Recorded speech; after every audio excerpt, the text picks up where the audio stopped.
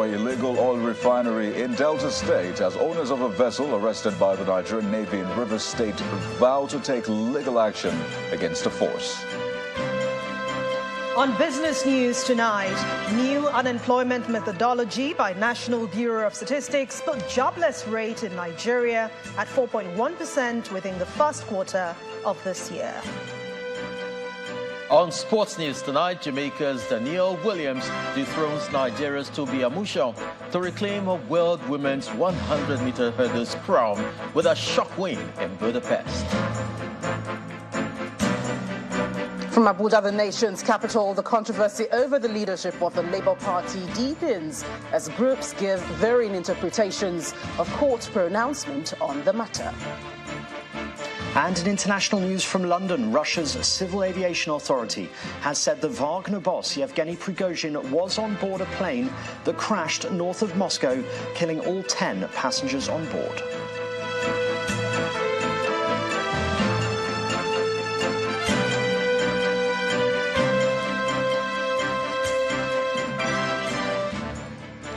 Another month, another building collapse in the nation's capital, Abuja. This time, 2 persons lost their lives in a 2-story building that came down in the Garki area of the city. 37 others have been rescued so far as rescue operations continue for some more people who may still be trapped in the rubble. The FCT Minister, Mr. Nyesom Wike, who visited the site, urged residents to cooperate with his administration to sanitize Abuja, especially with regards to development control. Our correspondent, Dela Moyeni, reports that the building, which was used for commercial and residential purposes, caved in about 11 o'clock last night following heavy winds and rainfall.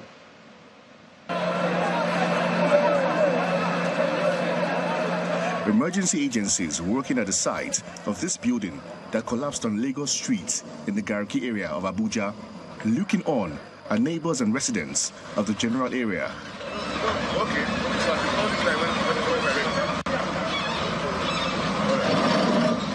Some of the residents in the area give an account of the incidents. We were standing when the rain was about to fall. So about 7 minutes after 11, there was a wind blowing.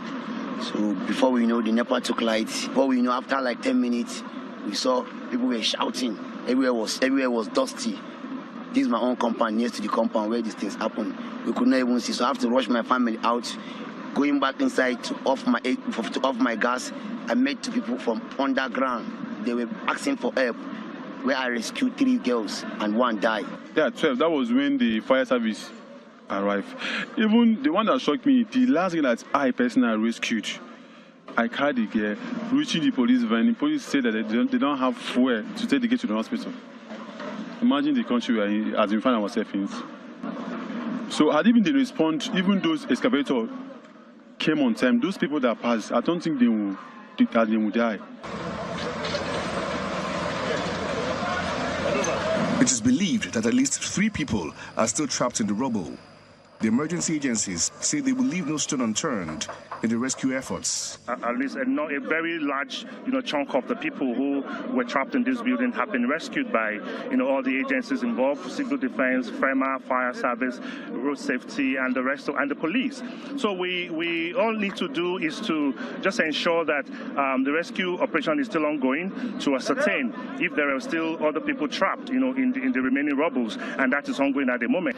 The FCT minister, who days ago threatened to clamp down on illegal and dangerous structures, is not happy. We have told everybody who cares and who believes that the right thing must be done. Assuming we don't take decision on what is right, then you come back and say, look, we have lost more lives. So it is for everybody to support government. I know sometimes government decisions may not be too comfortable to be too palatable, but it's for the interest of everybody. And so I've told the permanent secretary that we have to take action to see that that settlement is done, and government take the whole area and plan it out. Because since here they plan the area, even the man who did, they don't have building permit. These are the kind of illegal structures we are talking about. That is the same thing we have said. You have complained severally that things are not working, and we have come and assured you that we are going to do this. You have not helped us to tell the public, look, now that the government said this is what they tell you, we will not support us. Rather, hold on. Rather, what you are doing is to go on the negative side. The government wants to destroy 6,000 buildings. Government wants to do this, government wants to do that. We don't come to the positive side by telling the public the action government wants to take is the appropriate thing government should do. Apart from the fact that residents of this area say that emergency first responders did not get here on time, making it difficult to evacuate more people who are trapped in this building. Residents of the area also say that most of the buildings in this area have the same defects. Hence, a repeat of such occurrence is just a matter of time. Dele Omoyeni, Channels Television News. We'll continue to follow rescue efforts at the collapsed building. But elsewhere, efforts towards a peaceful resolution of the political crisis in Niger Republic continue, as the chairman of the regional bloc and the president of Nigeria today approved the return of a delegation of Islamic leaders to the country for talks with the junta. The decision was reached after President Bola Tinubu met with the clerics who are in Niamey, that's the Nigerian capital, 2 weeks ago for a dialogue with the coup leaders. This visit comes after former head of state, General Abdulsalami Abubakar, led an ECOWAS delegation to that country with optimism that diplomacy may restore the democratically elected government of Mr. Bazoum. While the dialogue continues, ECOWAS has approved the deployment of a standby force to restore constitutional order in Niger.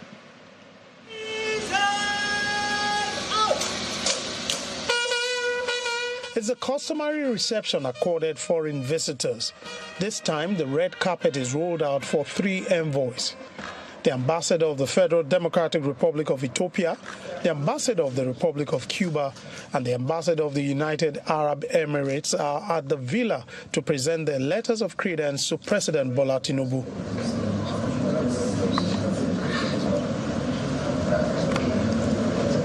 In a side meeting with the ambassador of Ethiopia, President Bola Tinubu said African countries have a better chance of overcoming economic and security challenges by looking inward for solutions and walking the talk on all its commitments. Meeting the UAE ambassador, the president directed that issues affecting relations with the Emirates airline and the issuance of visas to Nigerians should be immediately resolved, emphasizing that he stands prepared to personally intervene. The president also met with a delegation of Islamic scholars who had previously engaged with the military junta in Niger Republic in a bid to resolve the ongoing political crisis.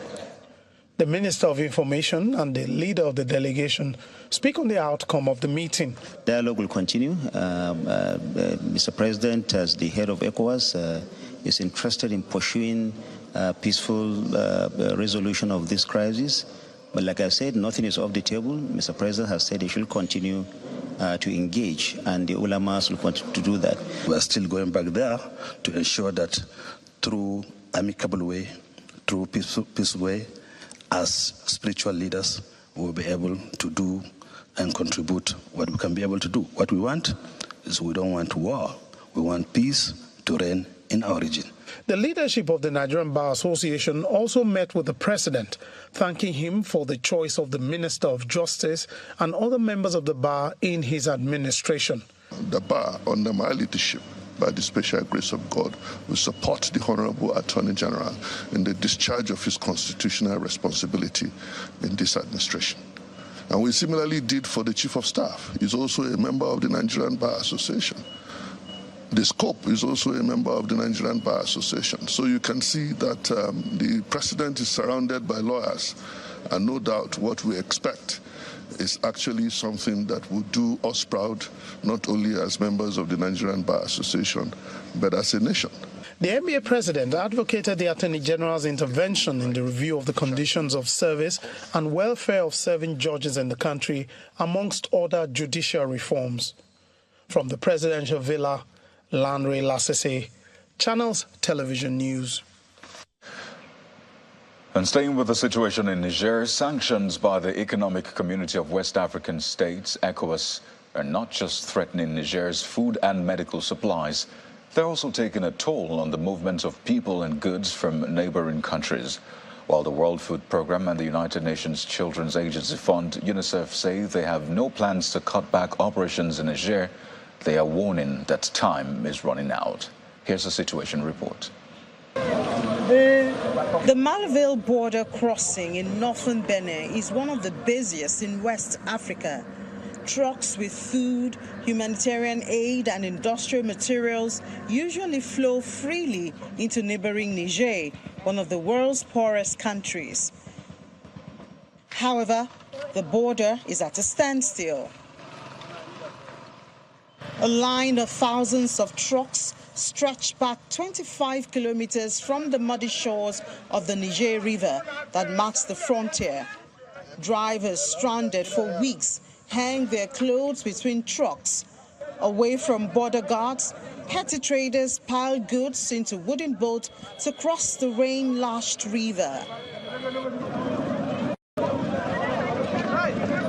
The backlog is one of the clearest signs yet of the impact of sanctions imposed by regional bloc ECOWAS on Niger after a military coup on July the 26th.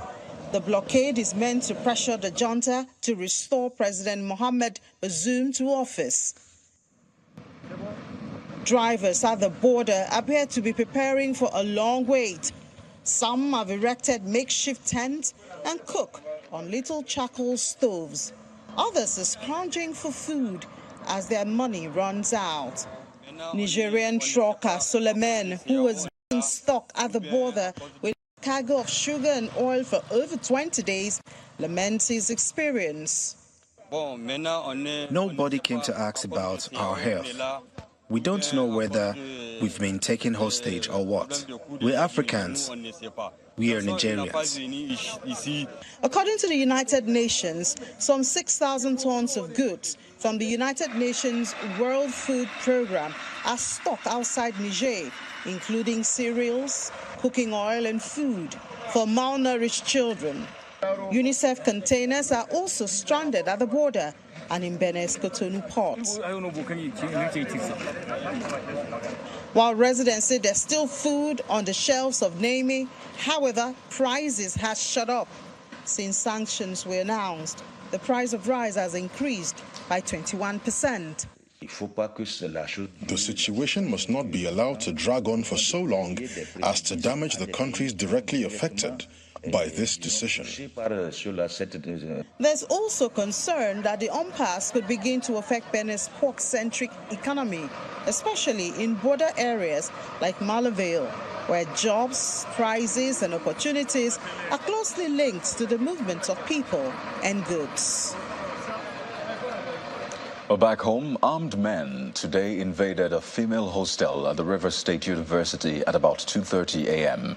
They were said to have been armed with guns and machetes, breaking a wall at the hostel to gain entrance into the building, where they were reported to have assaulted and molested some of the occupants. The River State Police Command says it received the report and the Commissioner of Police has directed that security be beefed up on the campus. Meanwhile, Governor Siminalayi Fubara has vowed to arrest and prosecute those behind the attack on the university.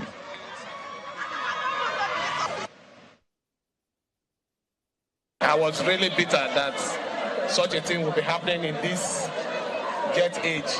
I mean, somebody breaking into the girls' hostel to go and molest girls.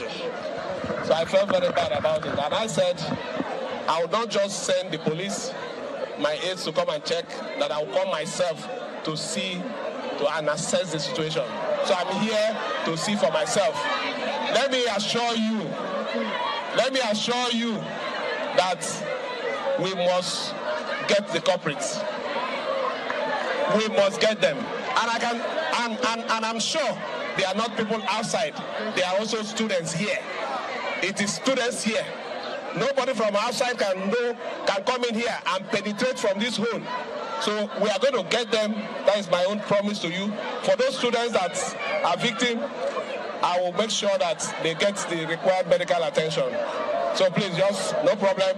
We are going to make sure it doesn't repeat itself.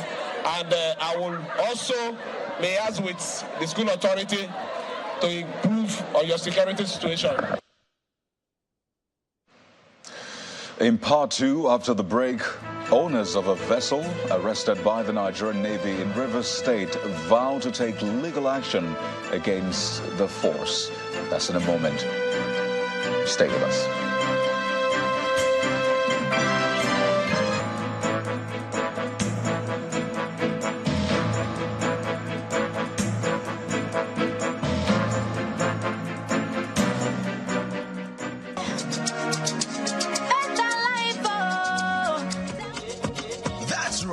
You too could be one of the 20 Zenith Bank customers that will win 150,000 Naira every 2 weeks from June 1st, 2023 until May 31st, 2024 in the Zenith Better Life Promo 3. To qualify, simply open a Zenith Bank account. For more information, visit www.zenithbank.com/betterlife. Live the better life with Zenith Bank. Oh, you can reach the stars. Anything your heart believes. Oh, just a little try. There's no limit to your dreams. Here's to the intentional ones. To those who break through the limits. To those who always go for it. Our new toothpaste, Colgate Maximum Cavity Protection. Why are we changing our toothpaste? Because with Colgate Maximum Cavity Protection, I can be sure your teeth are cavity-free. When you brush daily with Colgate Maximum Cavity Protection, its expert formula locks natural calcium in our teeth and helps protect them from cavity. Colgate is the world's most chosen toothpaste. Colgate locks calcium in. Keeps cavities out! The new Colgate Mini Pack is now available at just 300 Naira. Where's Glory? Excuse me, ma'am. Hello? Where Glow now? I dare hear. No Glow, don't go village. Tell all our customer, Abi. Everybody pay attention. See, now Glow berekete 10x. Now he might take tension my customers. Now they dash me 10 times the credits when I load. Or even summer me double data join. Yeah. Wait, so with 1.5 when they give on the hustle, you they enjoy up to 15,000 Naira credit and data. And I say I never finish you. See, when I say if we enjoy, if I join Glow berekete 10x, when I go get 1,000 Naira welcome credits, you just carry your phone, dial *77. Una see they here. Hello, please, I'm looking for Glow. Be safe now, Glow be they fine. Now Glow be they go. Okay, so enjoy 10 times the value of your recharge on Glow berekete 10x. You also get 1,000 Naira for calls and of gas by troops of 6th Division of the Niger Army. The products said to be from some of the illegal oil refining sites were destroyed in the Ogwokoko and ASUU areas of Warri South Council in Delta State. The Nigerian Army explains in a statement that the destruction was done in line with extant guidelines of Operation Delta Safe and vowed to continue to crack down on saboteurs in the South and across the country.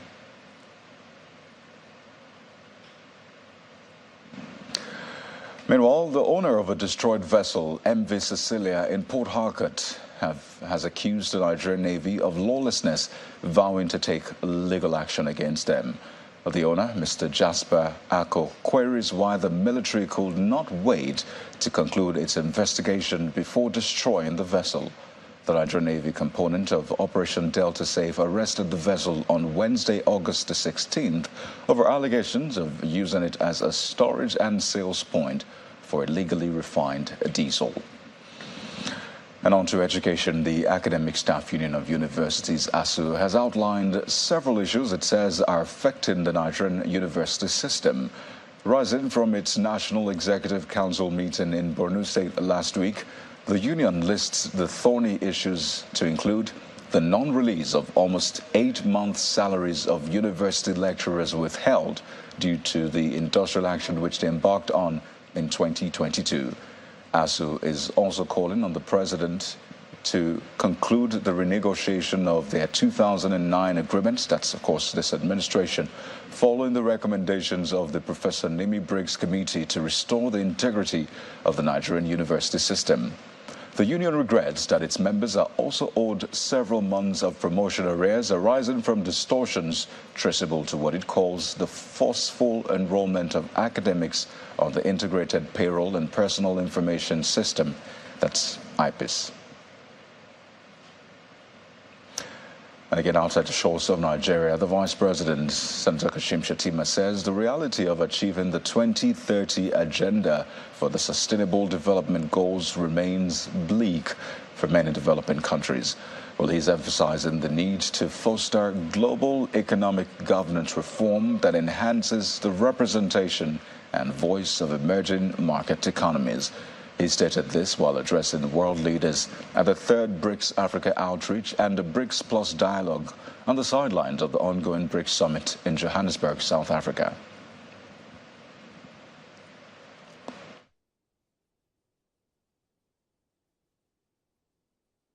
It is needless to add that Nigeria is Africa's largest economy, and with a population of 220 million people, is undoubtedly the most populous country in Africa. Mr. Chairman, as we approach the target completion date of the Agenda for Sustainable Development Goals, the reality of achieving the SDGs remain bleak for many countries, especially developing ones. Based on 1, harnessing the agricultural potential of our nations; 2, harnessing renewable energy to revolutionize Africa; 3, fostering technology, innovation and job prospects for holistic and equitable progress; 4, collaborative efforts on climate change and nature-centered approaches to development; 5, strengthening vibrant private sector participation among countries of the global south; and 6, nurturing youth employment and skill building as a deterrent against terrorism, organized crime and related challenges; 7, proactive crisis management and heightened resilience; and lastly, promoting proactive involvement of business leadership in shaping and improve an ideal landscape for trade and economic exchanges in the global south. Well, let's now bring you more in our earlier story, in which the owner of a destroyed vessel, MV Cecilia, in Port Harcourt, is accusing the Nigerian Navy of lawlessness and is vowing to take legal action against them. A few days ago, the Nigerian Navy impounded a vessel, MV Cecilia, allegedly found with 350,000 liters of illegally refined automotive gas oil, otherwise called diesel. The vessel was arrested at Meko Jetty in the Transwaji area of Port Harcourt in Rivers State by the Navy, which promised to prosecute the owner and everyone involved in the illegality.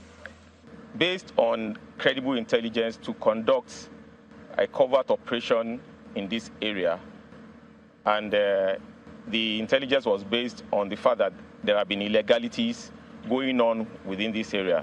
The operation was conducted, and that operation led to the arrest of MV Cecilia, a vessel that ought to be a service boat, but has been converted to storage tank for illegally refined products suspected to be AGO. And the vessel hasn't been to sea for the past 2 years. It was expected to be under maintenance, but it's being used for a different purpose, whereby people from the illegal refinery side bring their products to this place to be stored, whereby other people also come here to purchase the products. Now the owner of the vessel is kicking, is accusing the military of lawlessness.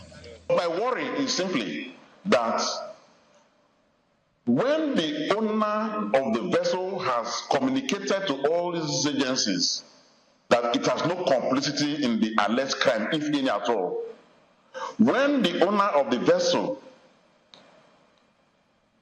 is not in any way involved in any criminality, why should the owner lose his much prized vessel, which is running into billions of naira? Where is the order of court authorizing the destruction of the vessel? How much investigation has been done by the naval authorities to justify the destruction of the vessel? He plans to take the matter up in court. We are not being ruled by guns, we are ruled by laws. I'm expecting that normally you call us or get a court order, or we have an order that this is what is going on. Nothing of such. And I got very worried. But in any case, like you just asked, I am left with no choice other than taking them to court. Before investigation is concluded, the vessel is set ablaze, raising concern about the haste in the destruction. Well, Gloria Mizoke is here from Abuja studios with more stories on the news at 10. It's over to you now, Gloria. Many thanks, Kayode. To politics, the tussle between the two groups in the Labour Party seems to have deepened as the legal representatives of the groups today gave different interpretations to the pronouncement by the appeal court on the party's leadership. The lawyer to the Julius Abure group, Mr. Kehinde Edu, says the appeal court decided that there was no reason for the party to have appealed the judgments from the Federal High Court in Owerri, Imo State. However, lawyer to the Lamidi Apapa group, Mr. Monday Mawa, explains that the appeal court today upheld the judgment of the High Court sitting in Owerri in their favour. The appeal is heard today, or decided today, arose from the Federal High Court Owerri judgment. Now, that Federal High Court, in that judgment, the parties to that suit were Basil Maduka, who was the plaintiff, and then we have, as defendants, we have INEC, we have Labour Party, and then we have Ukaibo, Ikeshuku. Now, you could see that from the parties to that judgment, Abure was not before the court, Apapa was not before that court. None of the candidates, of our candidates from either Imo, Kogi, or Bayelsa was before the court. How could the court have gone ahead to give any decision? So, and what the court decided was that the plaintiff in that matter, who was Basil Maduka, did not have local standby to institute that action. So the court dismissed the suit without giving no other decision was taken. The Federal High Constitution where he said, well, in view of the facts before me, there is an evidence before me that on the 5th of April, Julius Abure and 3 others were restrained. And that in what capacity did they now conduct their primaries, which took place on the 16th, or the 15th, 1-5. And that there is also an evidence before me that the primary earlier schedule for 15-1-5 had been changed to 1-6-16. And the court held that it is only primary that took place on the 16th that is valid. And that any candidate that emerged from that of the 16th that are deemed to be valid candidate for the party. That is not all. So, after that judgment, they were dissatisfied with the judgment. They approached Court of Appeal. The candidate that purportedly emerged from Abure's group, Mr. Aton, applied to the court on the 28th of last month to be made an interested party in that suit. Unfortunately, being a pre-election matter, by virtue of Section 285, you can only apply within 14 days. Section 285, sub 10. You can only apply within 14 days. Now, they came to court on the 16th. That is 16 days after the judgment of the Federal High Court. And the Court of Appeal said, no, your suit can no longer come, it has become statute barred. Meanwhile, ahead of the November governorship election in Bayelsa State, the People's Democratic Party Campaign Council has vowed to retain the state in order to ensure good governance. The chairman of the council and the governor of Taraba State, Mr. Kefa Sabu, says the governor of Bayelsa State, Mr. Duyo Diri, deserves a second term in office. Governor Abu was speaking in Abuja at the inaugural meeting of the council held at the headquarters of the party. In this pivotal moment, we recognize the weight of our responsibility to the people of Bayelsa State.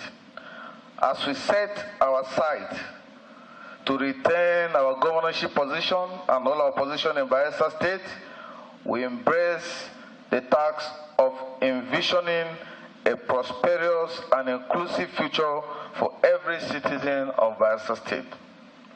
Our campaign is not merely a quest for power. It is a commitment to transformative leadership that fosters growth, equity, and unity. Bayelsa's potential is limitless, and we stand at a crossroad of history, ready to shape its trajectory.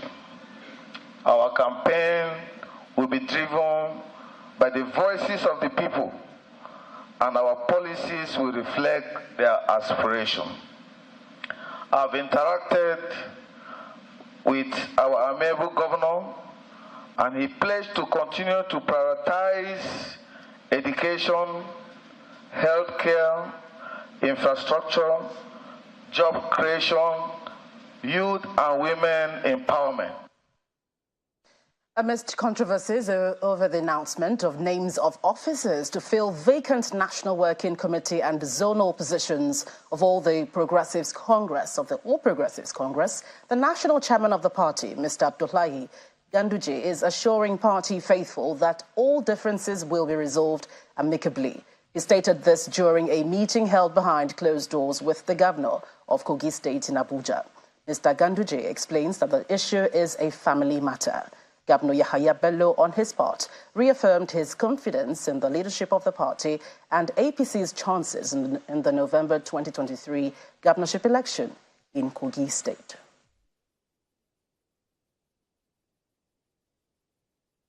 This is democracy in action. It's an internal problem. We assure you that it will be resolved and it will be a win-win situation. Okay. We are already together. Since you saw people in the office now, they are there for dialogue, and we assure you very soon we will be in Kogi State and we'll spend some days in order to see that everything is in order. The governor of Kogi State is a very hard-working young man, and we believe he did it before, he will do it again. I don't think you heard the name of anybody being pronounced by the chairman. You didn't hear the name of anybody being pronounced by the National Publicity Secretary of the party. No official statements. I am not aware of any. And there's no any official communication from the NWC to me as the leader of the party. And of course, we discussed about our next election in Kogi State and areas that we need to address and what we need to do so that we win. Remember, this is going to be his first election as the national chairman of this great party. So, and we have a very good understanding. And we're planning that the National Campaign Council will be constituted and will be inaugurated very soon. And he is bringing innovation into the Campaign Council this time around. And definitely, we're very sure and confident of victory with moonslide by the grace of God.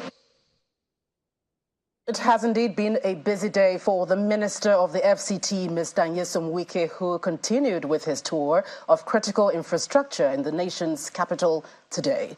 He has given the assurance that abandoned projects in the FCT will be revived in the next 7 months. He also highlighted that major projects such as the Federal Secretariat, which has already gulped over 2.4 billion naira, and the construction of B6 and B12 roads leading to the City Gate will be completed by March 2024.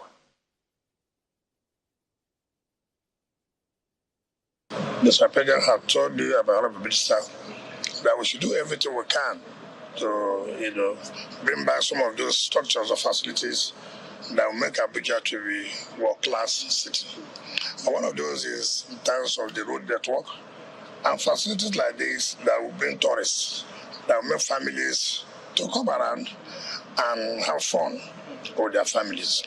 Yes, the funding is a difficult area, but then we were here to surmount those funding difficulties. After the Honorable Minister of State and the Permanent Secretary, we have to go back and restructure the way most of these projects are funded. I have said that I don't like giving excuses. I will do the best we can. The ones we know we cannot, we'll run back to Mr. President. But be assured, the kind of things we are going to do in the next 6-7 months, projects that have been abandoned, that will now come back to life. Like I've told you, Rosberger, that the Federal Secretariat, and they've promised if the funding is there, they are going to finish it in 7-8 months. When we went to the other road, the B6 road, and these are very important infrastructure that will change the landscape of Abuja. And they've told us that, look, if the funding is there, in the next 6 months, they'll finish it. So what is holding all this? Those projects, I can assure you, in the next 7 months, all these 2 projects will be completed. Instead of Every year, I hear 500 million to a project of over something billion. It means in the next 20 years, you cannot complete the project. So, of what benefit? Wasting public funds. So, funding is a challenge, yes, but we're here to solve such challenges. Well, that's it from the nation's capital. It's back to you, Coyote. Well, thanks, Gloria. Staying with the activities of ministers, the Minister of Works, David Umahi, has directed the contractor handling the Abuja-Kaduna Highway reconstruction to speed up work and ensure the project is completed by the end of 2024. He gave the directive when he went on an inspection of the Abuja-Kaduna Highway to assess the level of work done so far, which he puts at 20%. In other stories, the Minister of Information and National Orientation, Mohammed Malagi, is challenging public relations practitioners to navigate current social media realities by sticking to the ethics of their profession as custodians of reputations. He said this while delivering the keynote address at the Nigerian Institute of Public Relations annual general meeting holding in Abuja. This age of information saturation, where every click and scroll adds to the noise, the role of public relations has never been more vital. We are the storytellers, the bridge builders, and the custodians of reputation. Our work shapes perceptions, it guides decisions, it fosters relationships, and extends far beyond the boardroom. As guardians of reputation, therefore, we must learn very fast to navigate uncharted waters with ethical responsibility and a commitment to truth. Ethics indeed lie at the heart of our profession. In an era where trust can be shattered with a single misleading tweet, our integrity must remain unshakable. Transparency is the currency that builds credibility, while authenticity is the foundation upon which lasting relationships can be built. This time around, the process of restoring popular confidence and trust in government and its policies shall not lie in the domain of propaganda.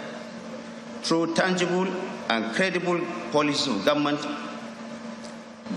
aims to directly impact on the lives of our people. In other words, the era of relying on propaganda to propagate government programs is now over. The chairman and members of the Bayelsa State Council of Traditional Rulers has called on law enforcement agencies in the country to ensure that the perpetrator of violence in Opunembe, in Nembe local government area of Bayelsa State, is arrested irrespective of the person's status in the society. Besides a call for the investigation into the recent violence in the area, the Opunembe Council of Chiefs has now elected a new chairman of the Opunembe Council of Chiefs as part of efforts to ensure lasting peace in the community. These are not pleasant times for the people of Opunembe in Nembe local government area of Bayelsa State. Their once peaceful community has been the theater of violence for over 8 weeks, which led to the death of some indigents, attack on journalists, and a dispatch of a SWAT team by the Inspector General of Police to quell the tension in the community. With the assistance and cooperation of all and sundry, my agenda, or the agenda of this current executive, is to see that we restore peace. We will not go on vendetta movement. It's not going to be a vengeful something, but we will focus on rebuilding this community. The royal fathers of Bayelsa State want law enforcement agencies to ensure that the Opunembe violence does not spread to other local government areas in the state. It is particularly worrisome to the Traditional Rulers Council in the state, to the traditional institution in the state, that some political gladiators are bent on destroying the peace that the Prosperity Administration has brought about and served all and sundry in the state for over 3 years. Unfortunately, We have seen similar acts of violence being meted to Bayelsans in other election seasons in the state, and the perpetrators walked away free. We wish it does not repeat in this season. Law enforcement must therefore do everything within the law to ensure that there is no further violence in Nimbe in particular and in other parts of Bayelsa State. They also called for the immediate arrest of all the actors in the violence that was unleashed in the community. Well, business news is next on the news at 10 with Anne Wawado. Banking so easy, so simple. Dial *894# now to experience it. You first, First Bank.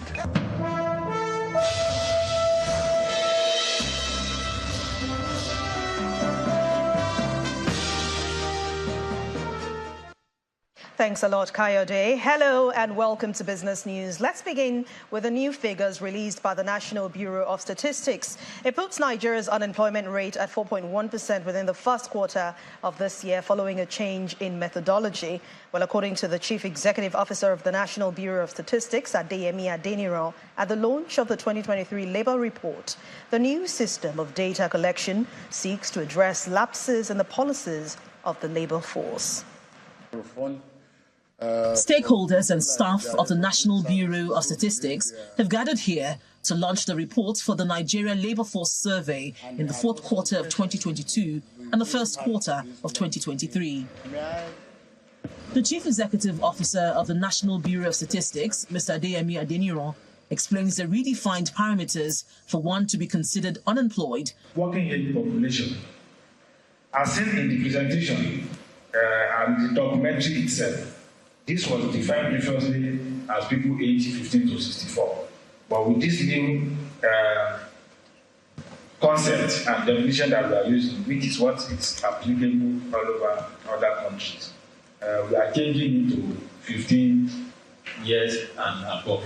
The new standard defines unemployment as persons with the labor force, within the labor force, who within the 7 days reference period did not work for pay or profit for a minimum of 1 hour.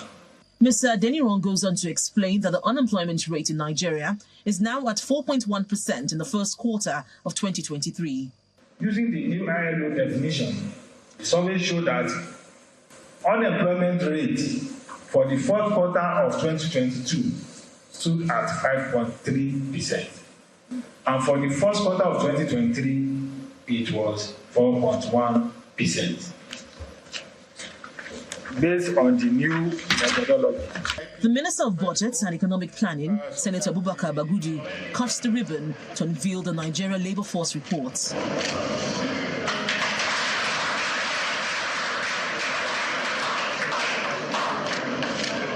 Senator Abubakar Bagudu and a World Bank representative stressed the importance of data. It is imperative that a lot needs to be done to address the high rate of youth unemployment in the country. This report will no doubt provide evidence-based indicators for tackling youth unemployment and address its attendant social implications. Data periodically helps government, helps all of us figure out what's going well, what's working well, where the problems are, what kind of interventions are needed, what kinds of policies and programs are needed, and in general, just to take the pulse of how are Nigerians doing. Overall, the National Bureau of Statistics says it is constantly seeking to enhance their data collection process to align with international best practices. You are also welcome. Meanwhile, reactions are still trailing the latest unemployment report released by the National Bureau of Statistics. The Chief Executive Officer of the Center for the Promotion of Private Enterprise, Dr. Muda Yusuf, in a statement says it is very difficult to accept the NBS unemployment report, as according to him, the methodology needs to reflect economic realities in Nigeria.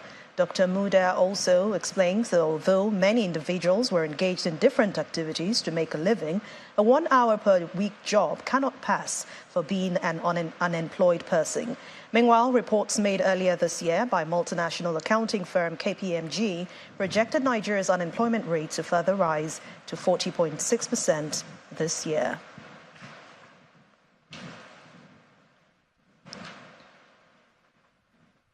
And to some company news now. GCR Ratings has reaffirmed the national long-term and short-term ratings for Geregu Power PLC at ANG and A1NG.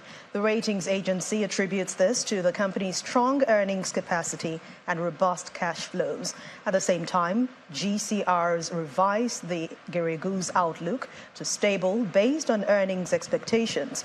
The company has consistently shown strong growth revenue with an average increase of 26.6% from 2019 to 2021. Let's head to the equities market now. The color today was red for the first time this week. Negative sentiments marred trading activities today and gains by GT Coal and Dangote Sugar. Will Ibong has the details.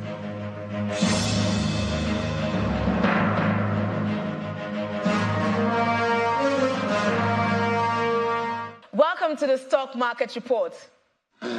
That's not a sound the market likes to hear, especially after it has hit the 66,000 level at intraday. The market could not sustain that as the benchmark made a U-turn to 65,000 and recording its first negative close for the week. Money flow, however, was quite intense. We saw value traded above 12 billion naira today, a sign that market players are still on the sell side. Volume and deals also trended up. Now, with Transcorp shares being the most traded today for a second consecutive day, with over 144 million units traded at valued at 724 million naira. Now, NASCON and Dangote Sugar and Dangote Rice merger in the works. We're seeing the share prices of NASCON and Dangote Sugar crossing the 40 naira mark and appears to still be going north.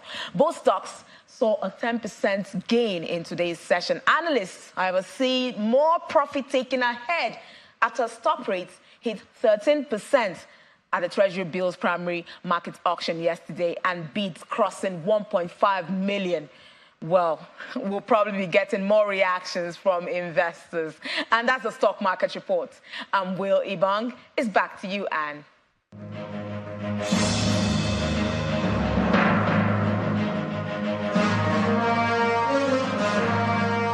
Thank you, Will. Time now to check out closing figures and how other major markets around the world fared at the close of trade today.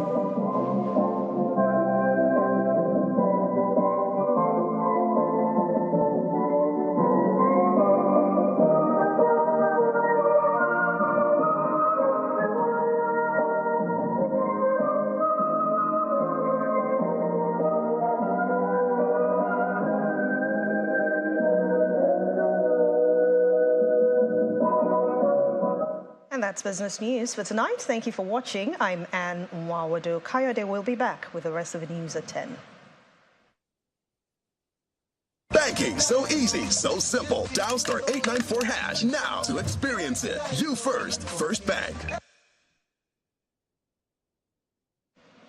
Well, thank you, Anne. Russian President Vladimir Putin has spoken for the first time about yesterday's plane crash that possibly killed Wagner mercenary boss Yevgeny Prigozhin. Here's Simon Pusey with more international news and around the world in 5. Good evening and welcome to the channel's studios here in London with your international news around the world in 5. Russia's Civil Aviation Authority has said the Wagner boss Yevgeny Prigozhin was on board a plane that crashed north of Moscow, killing all 10 passengers on board. Here the plane falling from the sky, filmed by a local resident on their mobile phone. And here the devastating aftermath. Authorities say all 10 people on the plane were killed, and passengers including Prigozhin and his right-hand man Dmitry Utkin.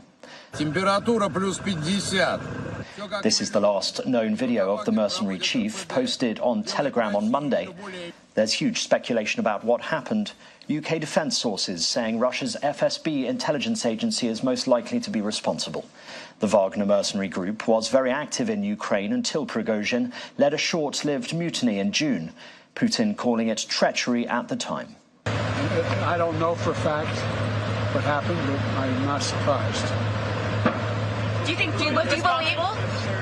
There's not much that happens when Russia is not behind, but I don't know enough to know the answer. It's not yet clear how Putin and the Kremlin are going to respond to this incident and how they're going to play it. As we speak now, there's been silence up until now from the Kremlin.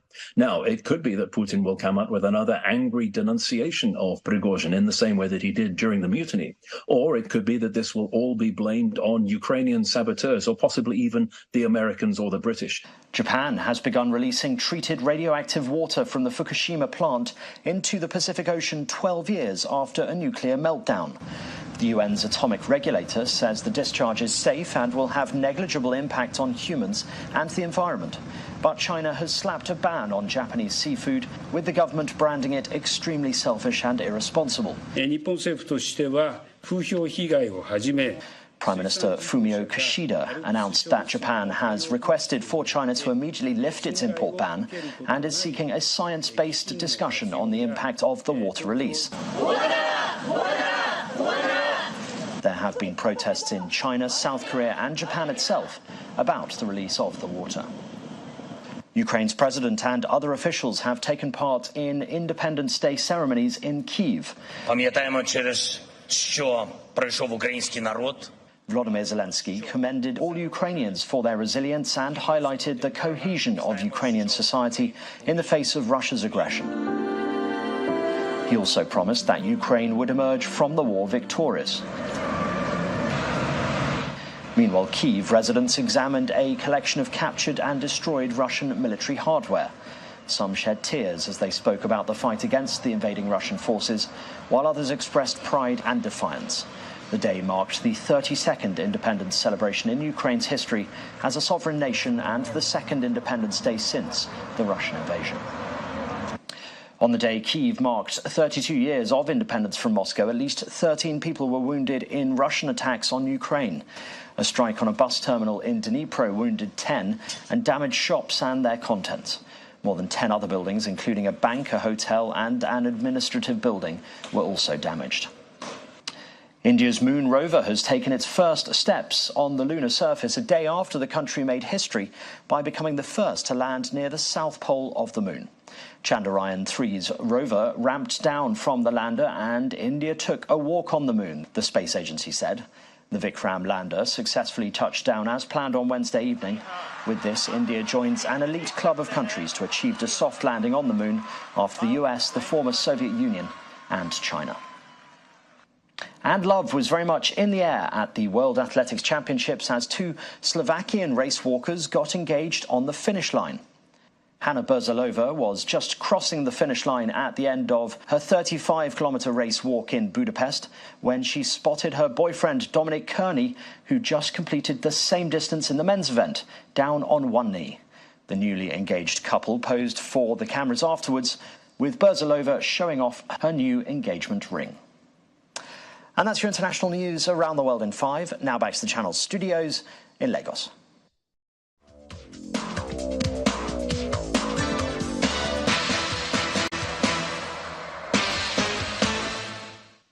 Thank you, Simon. Welcome to Sports News. Jamaica's Danielle Williams has dethroned Nigeria's Tobi Amusan as the world's 100 meters women's hurdles champion, thereby reclaiming with a shock win in Budapest this evening. The 30-year-old, who previously won in Beijing in 2015, timed 12.43 seconds to edge out Olympic champion Jasmine Camacho Quinn of Puerto Rico in 12.44 seconds, with Kendra Harrison of the United States taking bronze in 12.46 seconds. Defending champion Amusan and 2019 winner Naya Ali were never in the hunt, finishing 6th and last respectively.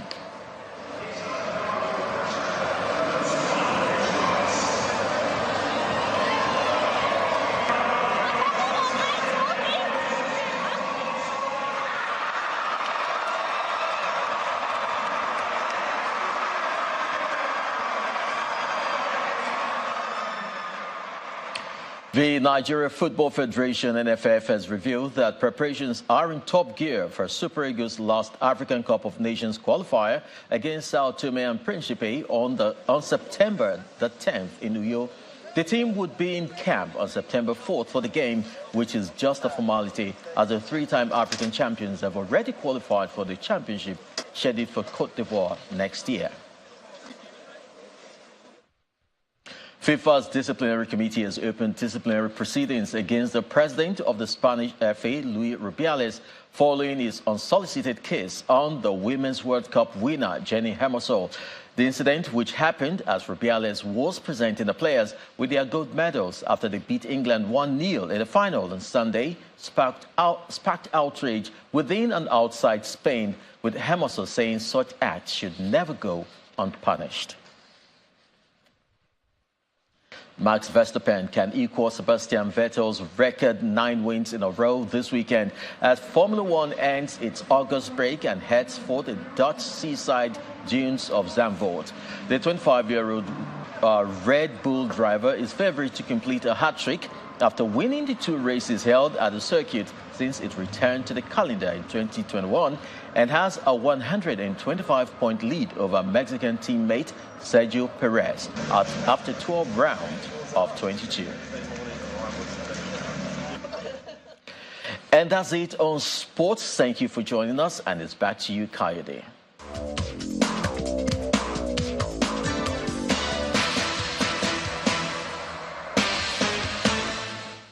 Thanks, Chris. And the main news again. About 2 months after a 4-story building collapsed in Abuja, another 2-story structure fell in the nation's capital, killing 2 people, with 3 others feared trapped in the rubble. And efforts at restoring constitutional order in Niger Republic has continued as President Bola Tinubu again dispatched a team of Islamic leaders to engage the country's junta in a dialogue to resolve the impasse. That's the news at 10 for tonight, everyone. Thank you for watching. I'm Kayode Mukile. To have a wonderful night.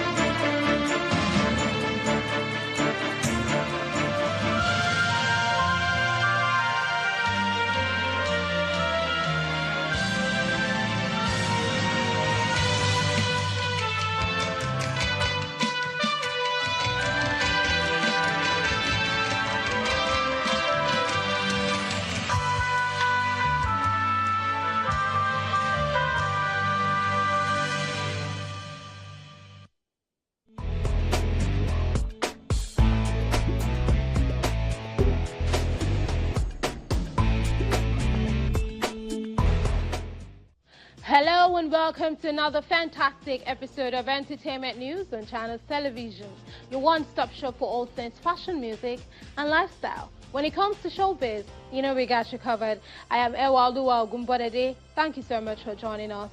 On the program today, Nollywood actress and producer Stephanie Linus emerges as new chairperson of the Nigerian Official Selection Committee for the Oscar Awards. We shine a spotlight on Dubai-based Nigerian model Planet Model Star and how she rose above her insecurities to the top of the game. Plus, we pitch